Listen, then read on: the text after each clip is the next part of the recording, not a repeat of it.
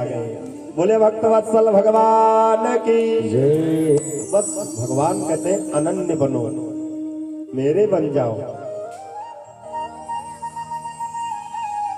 क्योंकि सबसे जो कठिन भक्ति है महाराज, भगवान 9 प्रकार की भक्ति का वर्णन भागवत में भी 9 प्रकार की भक्ति का वर्णन है। प्रहलाद जी ने अपने पिता को बताया हिरण्यकश्यप को, और भगवान राम ने माता सबरी को भी 9 प्रकार की भक्ति प्रदान की है महाराज।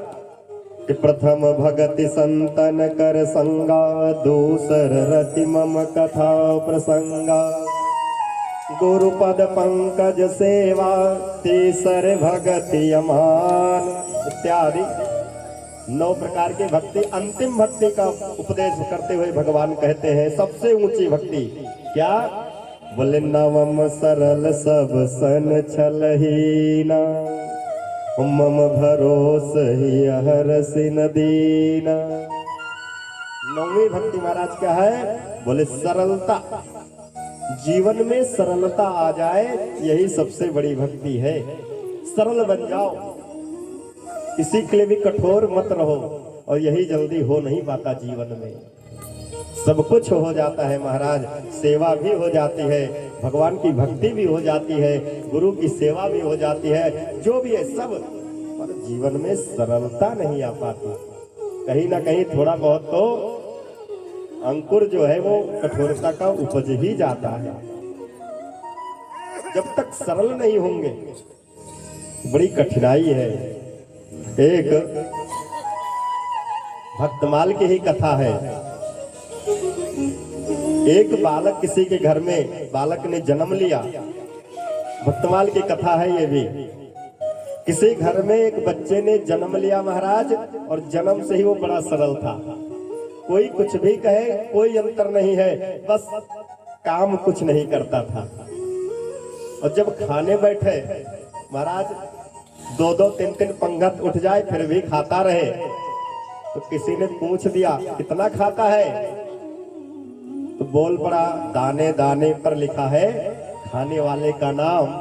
तो बगल में बैठे थे एक महात्मा जी, बोले भैया 4थी पंगत चल रही है और ये दाने दाने पर बोल रहा है, दाने दाने पर लिखा है खाने वाले का नाम, ये शोभा नहीं देता, तू तो बोला कर बोरे बोरे पर लिखा है खाने वाले का नाम।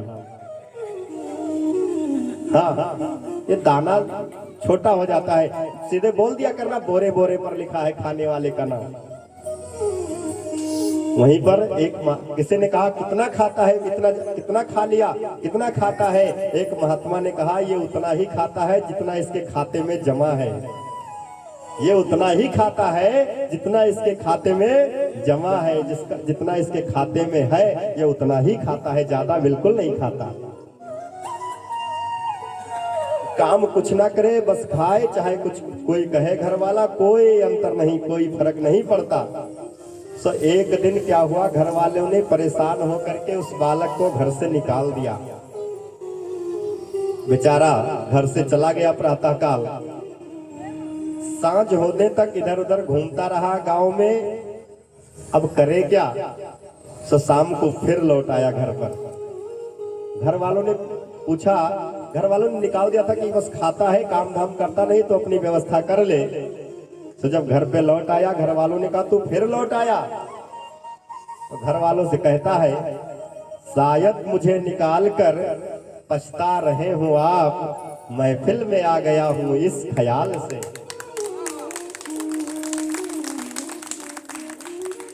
घर वालों ने कहा भैया तुझे निकाल कर हम पछता वछता नहीं रहे, तू अपनी व्यवस्था कर ही ले।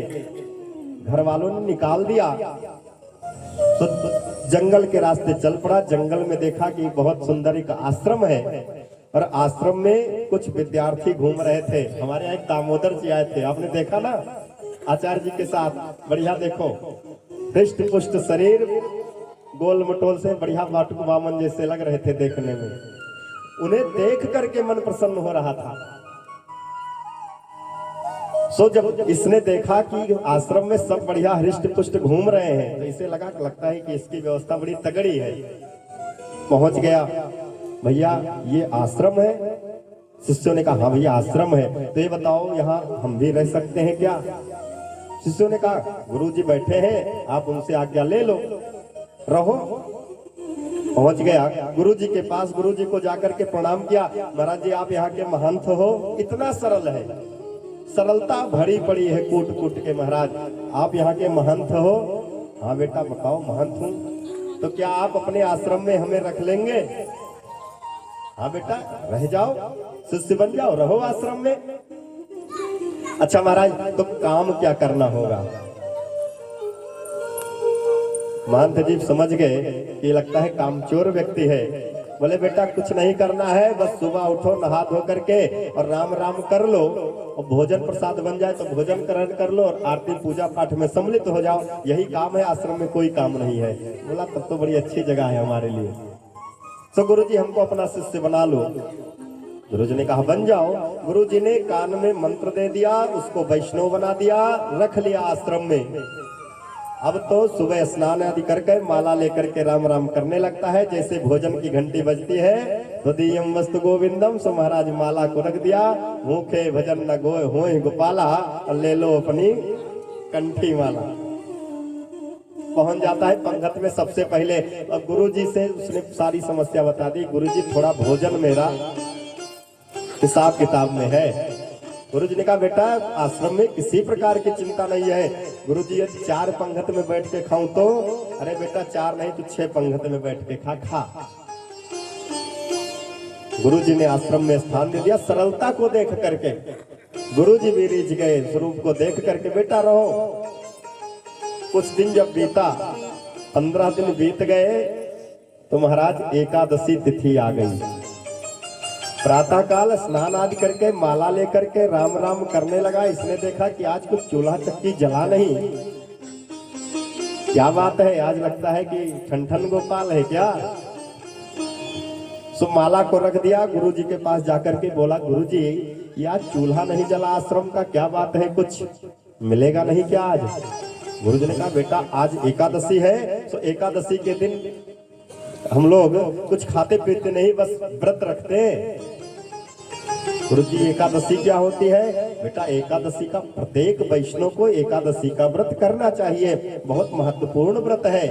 कुछ भी ना कर पाओ, एकादशी का व्रत कर लो, सभी व्रत का फल मिल जाता है। बेटा तुम भी रह जाओ व्रत। बोला गुरुजी कुछ नहीं मिलेगा? नहीं बेटा कुछ नहीं, बन आज चूल्हा ही नहीं जलेगा। बेटा जी क्या गुरुजी क्या मुझे एकादशी रखना पड़ेगा? हाँ बेटा आज एकादशी रखो, कल द्वादशी में बढ़िया चकाचक पारण होगा। गुरुजी यदि आपने मुझे एकादशी रख दिया तो कल की द्वादशी देख नहीं पाऊंगा। गुरुजी ने कहा, समझ गए कि बेचारा खाने वाला आदमी। सब बोले बेटा ऐसा करो कि आश्रम में तो भोजन बनेगा नहीं, तो ऐसा करो कि कोठार में जाओ, कोठार से राशन ले लो, आटा, घी, गुड़, आलू, नमक, जो भी चाहिए कोठार से ले लो, और जा करके जो बगल में नदी है, नदी के तट पर अपना कुछ बना करके बना लोगे ना। अरे गुरुजी मरता क्या नहीं करता, करना ही पड़ेगा। ठीक है बेटा तो ले लो, जाओ जितना सामग्री चाहिए उतना ले। हाँ बेटा लेकिन जब भोजन बना लेना तो ठाकुर जी को भोग लगा देना, भोग लगा करके पाना।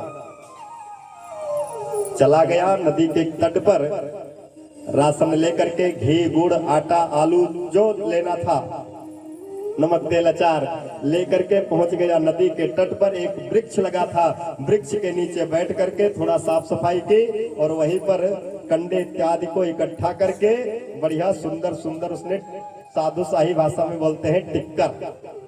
पहले लकड़ी पे मोटी मोटी रोटी बनती थी घरों में, टिक्कर बोलते हैं साधु शाही भाषा में। बोले बढ़िया उसने बनाया टिक्कर, और आलू का बढ़िया जो है चोखा इत्यादि लगाया उसने, थाली में सजा दिया, गुड़ रख दिया, अचार रख दिया, नमक मिर्च सब रख दिया। जैसे ही खाने जा रहा था सो से गुरु जी की बात याद आ गई।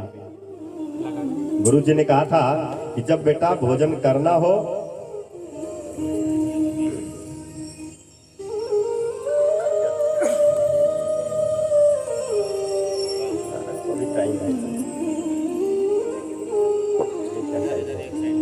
बोले भक्त वत्सल भगवान की। इतने धीमे आप लोग बोलते हैं तो हमें लगता है कि अब हम भी एकदम धीमे ही बोले, क्योंकि आप लोगों का जयकारा है ना जो, वो हमें एनर्जी देता है।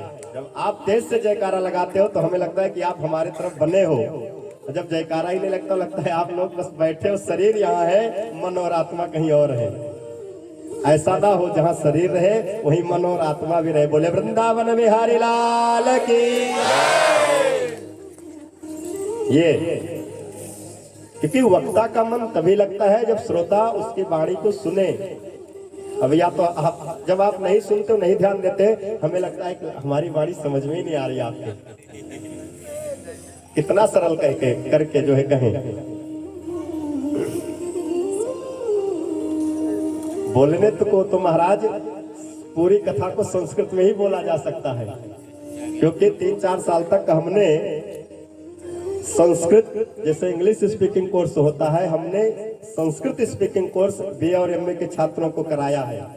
संस्कृत बोलना हम सिखाते थे बच्चों को, बीए एमए के छात्रों को। कानपुर में रहे, उन्नाव में रहे, लखनऊ में रहे, 3 वर्ष तक लगभग हमने सिखाया है जा करके स्पीकिंग करना, बोलना संस्कृत। लेकिन अब इतना सरल करके हिंदी में बता रहे, फिर भी ना अगर बैठे तो क्या करें। सो भक्त ने क्या किया, बढ़िया थाली में घी गुड़ अचार टिक कर रख दिया। याद आया कि गुरुजी ने कहा था ठाकुर जी का भोग लगा लेना। अब बेचारे ने कभी जीवन में भोग लगाया नहीं था, न भोग लगाते हुए देखा था। उसे क्या पता, वो तो आश्रम में रहता था। उसने देखा कि ठाकुर जी की थाली ढक करके भीतर जाती है मंदिर में, और जब ठाकुर जी पा लेते हैं तो थाली बाहर आ जाती है। उसे तो यही पता था कि कन्हैया जो है वो पा लेता है। तो उसने भगवान को पुकारना प्रारंभ कर दिया। सबसे पहले उसने राम जी को बुलाना प्रारंभ किया। राजा राम आइए, प्रभु राम आइए, मेरे भोजन का भोग लगाइए। राजा राम आइए, प्रभु राम आइए, मेरे भोजन का भोग लगाइए।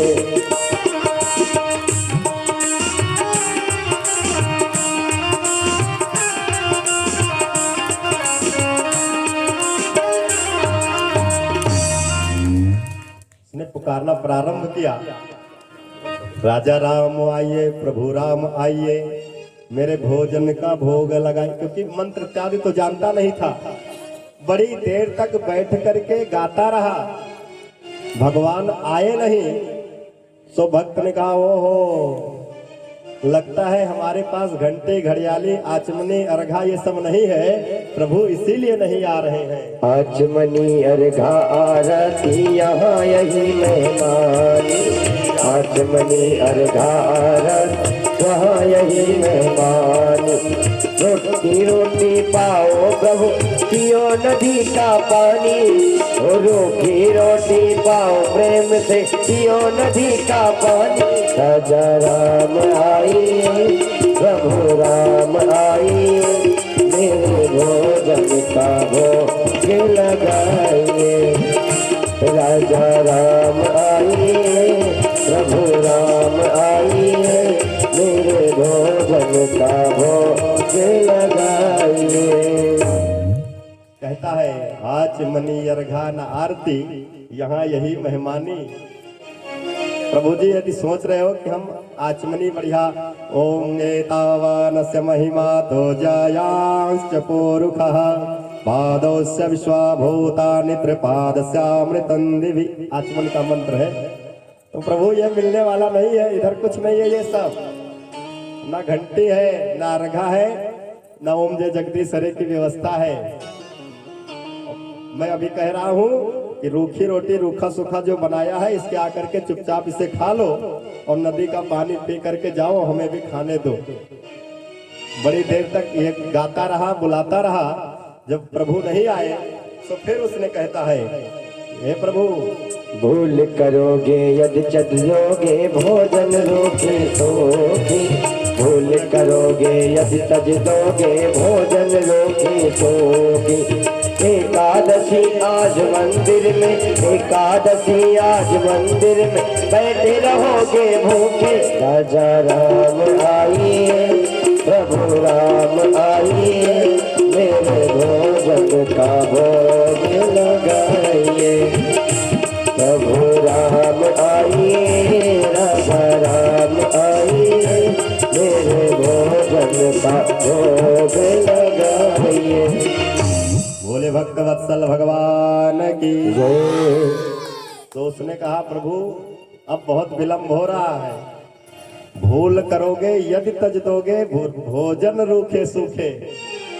अगर इस चक्कर में हो, इस भूल में हो कि आज मंदिर में बढ़िया भोजन मिलेगा तो ये भूल मत करना कदापि, नहीं तो ये जो रूखा सूखा इसे भी चट कर जाऊंगा, भूखे बैठे रह जाओगे।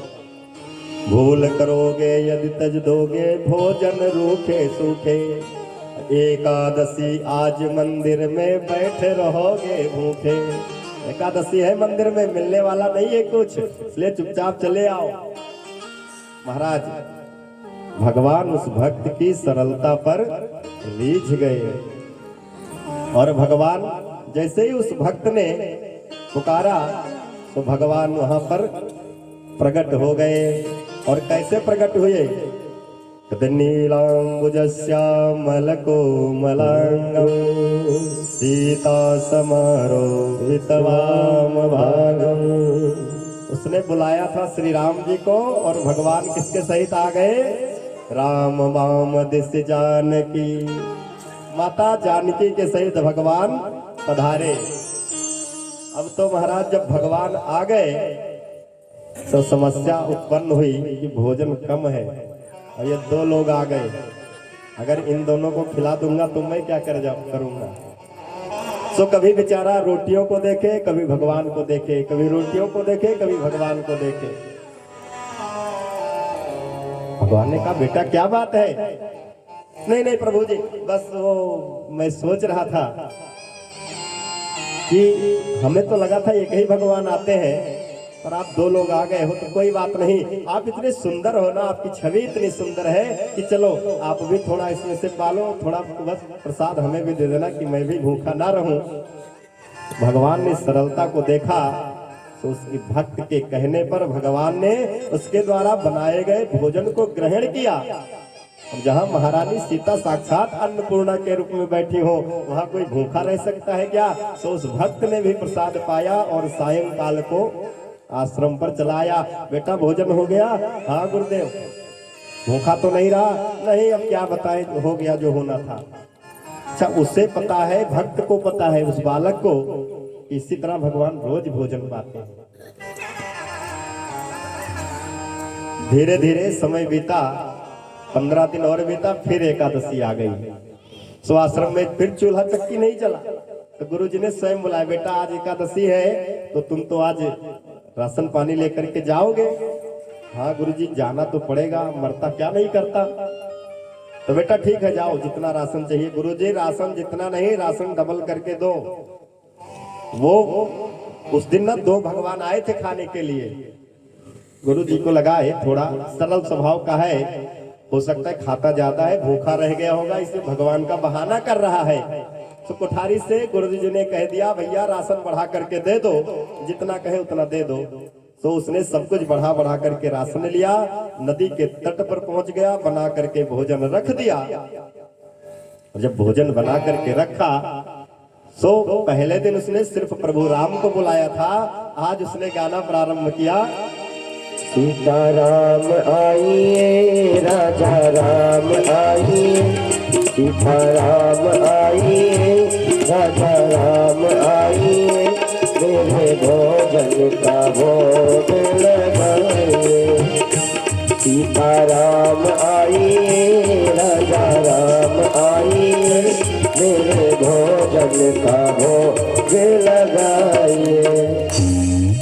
आज तो जैसे ही उसने भोजन रख के पुकारा, मानो प्रभु भी प्रतीक्षा कर रहे थे उस भक्त की, सो तत्काल पधारे। लेकिन आज कैसे पधारे? राम वाम दिस जानकी लखन दाहिनी ओ।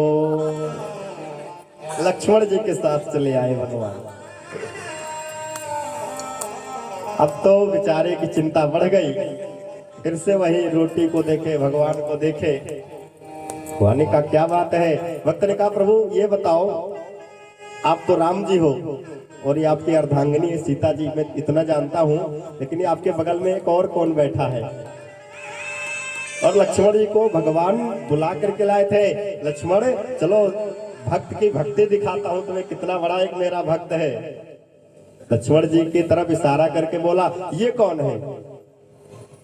अरे ये मेरे छोटे भाई हैं, इनका नाम लक्ष्मण है। अच्छा अच्छा, ये आपके छोटे भाई हैं? हाँ ये मेरे छोटे भाई हैं। अच्छा प्रभु, तो ये बताओ कि आप पहले दिन मैंने आपको पुकारा तो आप 2 लोग आ गए, आज 2 को पुकारा तो 3 आ गए, तो ये मैंने सिर्फ आपके भोग का ठेका ले रखा है, आपके पूरे खानदान का ठेका नहीं लिया मैंने। लक्ष्मण जी भगवान की तरफ देखकर बोले, वाह प्रभु, बड़ा सुंदर स्वागत कराने लाए हो भक्त से। खैर कोई बात नहीं प्रभु, आप लोगों की छवि इतनी अच्छी है, प्यारी है महाराज, कि आपको देख करके कुछ कहने का मन ही नहीं होता। चलो पाओ, जो होगा बचेगा सो हम भी खा लेंगे।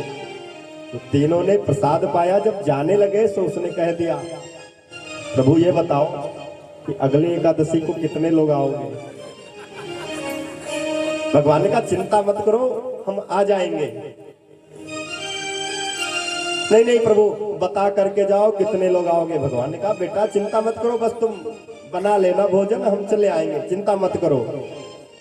तो बेचारा कुछ भूखा रह गया, चला गया आश्रम को, भगवान भी चले गए। धीरे धीरे समय बीता, तीसरी एकादशी आ गई। गुरुजी ने कहा, बेटा आज फिर एकादशी है, फिर जाओगे? हाँ गुरुजी, लेकिन आज राशन और बढ़वा दो, क्योंकि 3 भगवान आते हैं। 3 भगवान? गुरुजी को लगा यार इतना तो ये खाएगा नहीं जितना राशन ले जाता है। ऐसा तो नहीं ये चोरी कर रहा है, कहीं बेच देता हो राशन को ले जाकर के। तो गुरुजी ने कहा, सोचा मन में विचार किया, लाओ आज इसकी परीक्षा ली जाए। राशन उसने जितना कहा उतना कोठारी ने दे दिया, और राशन को ले जाकर के भक्त ने आज रख दिया। और आज वो भी चालाक था, बोला आज बनाऊंगा ही नहीं, आज पहले लाओ भगवान को बुला लेता हूँ। वो चालाकी करते ना, 1 को बुलाओ 2 आते, 2 को बुलाओ 3 आते हैं। आज राशन रख देता हूँ, पहले बुला के देख लेता हूँ कितने आएंगे, तब बनाऊंगा उसी हिसाब से, नहीं तो बनाऊंगा ही नहीं। अगर ज्यादा आ गए तो बनाऊंगा ही नहीं, बनाने से फायदा क्या है जब मिले ही ना।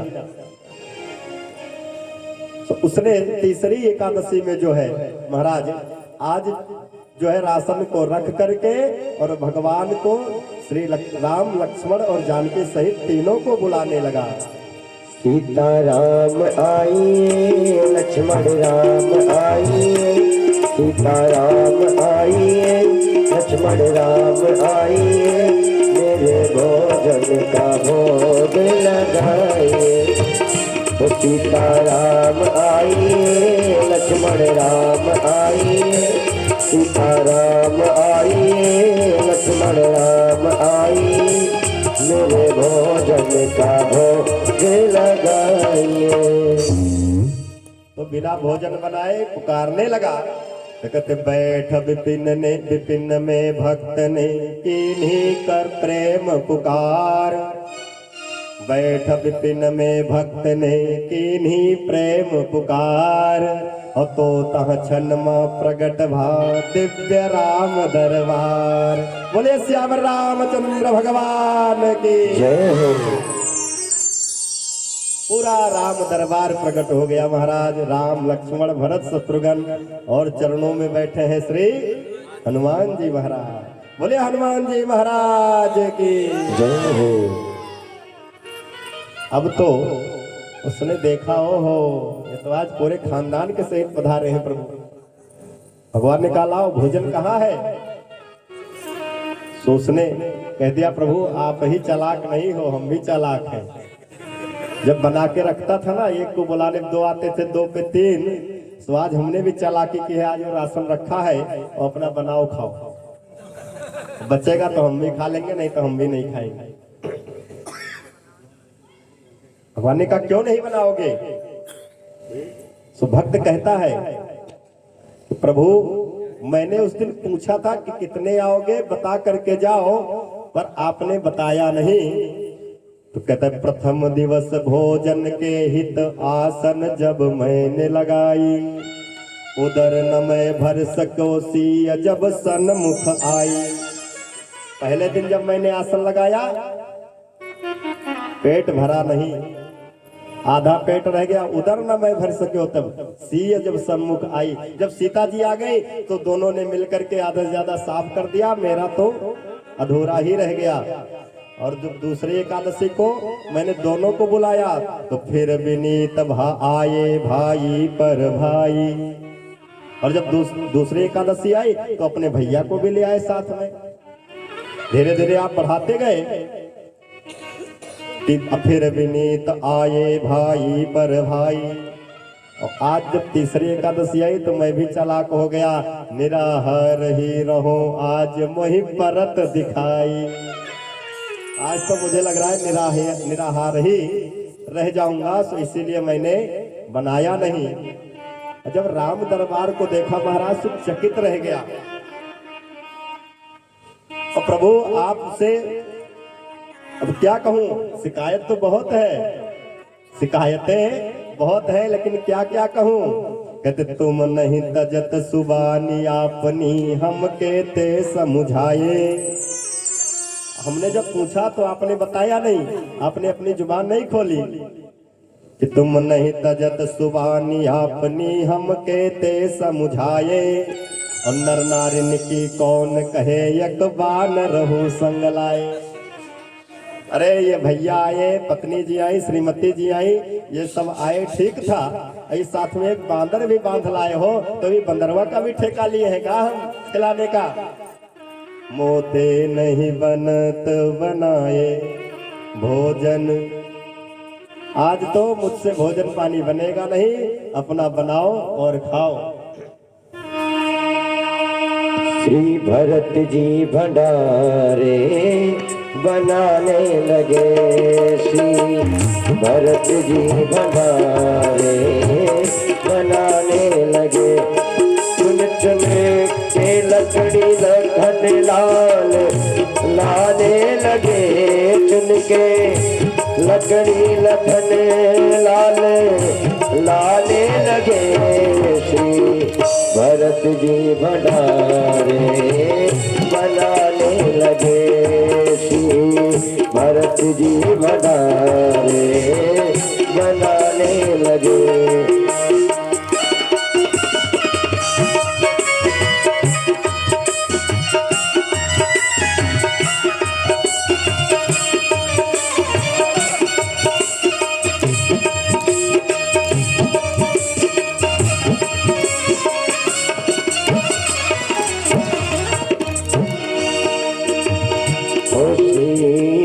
भरत जी भंडारे बनाने लगे।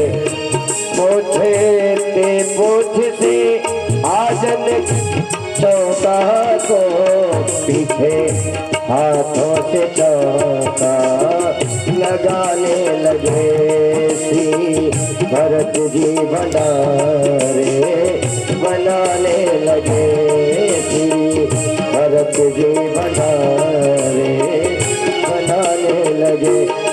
चौथे चूल्हे इधर उधर संतुहन भाग, चौथे चूल्हे इधर उधर संतुहन भाग जी। और श्री भरत जी भंडारे बनाने लगे, श्री भरत जी भंडारे बनाने लगे। चुन के लकड़ी लखन लाने लाने लगे, चुन के लकड़ी लखन लाने लाने लगे। श्री भरत जी भंडारे बनाने लगे, श्री भरत जी भंडारे बनाने लगे, बनाने लगे। बोले भक्त वत्सल भगवान की जय हो।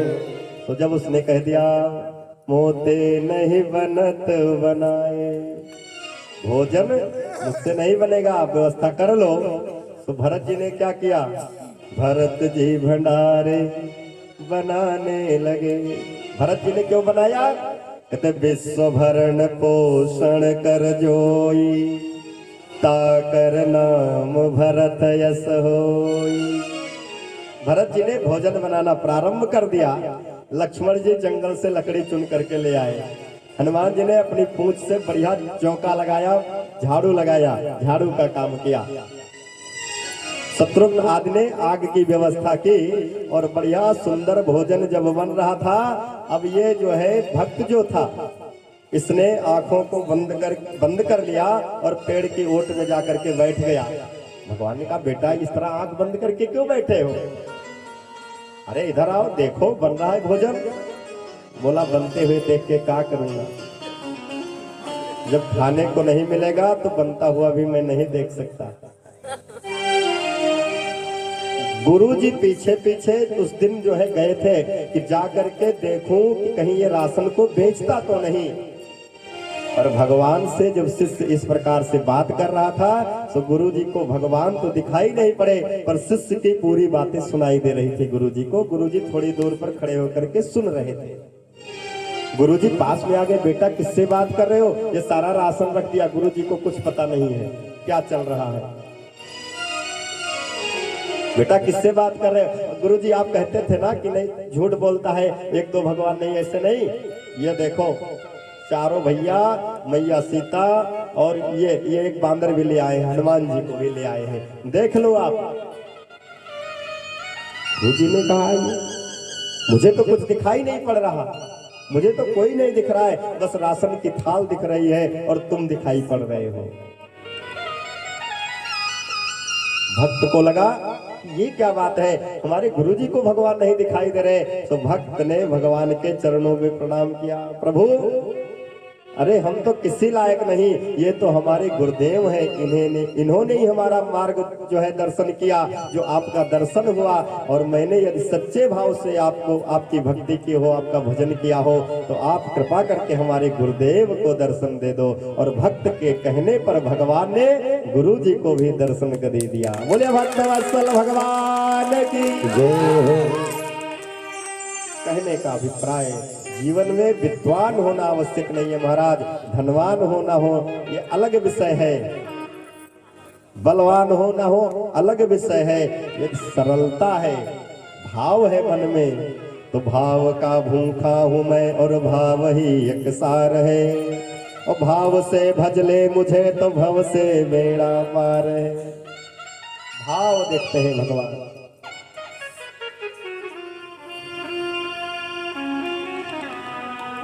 गोपियां सरल थी महाराज, अनन्य भक्ति थी भगवान की। सो भगवान ने सरलता से उन्हें दर्शन दिया, उनके कहने पर नाचा। और बड़ी सुंदर बाल लीला है महाराज भगवान की, लेकिन अब बाल लीला को हम आगे बढ़ाएंगे। कहते एक दिन भगवान ने यशोदा मैया के महल में रखे हुए बहुत से मटकों को तोड़ दिया। सो मैया यशोदा कुपित हो गई। कुपित होकर के मैया यशोदा ने कन्हैया को एक ओखल में बांध दिया। मैया यशोदा ने कहा कि तो अब उद्दंड होता जा रहा है। भगवान लगभग 4.5 वर्ष के हो गए थे। ओखल में बांध दिया, उद्दंड होता जा रहा है। अब तो इसी ओखल पे खड़े होकर के खिड़की से बंदरों को मक्खन खिलाता है, तो इसी में बंधा रहे। बांध दिया भगवान को। और जैसे मैया यशोदा अपने भीतर कार्य करने के लिए गई, तो भगवान ने कहा कि मैया ये तो सब मेरी प्रेरणा से हुआ है, क्योंकि बाहर द्वार के 2 वृक्ष लगे हैं, वह प्रतीक्षा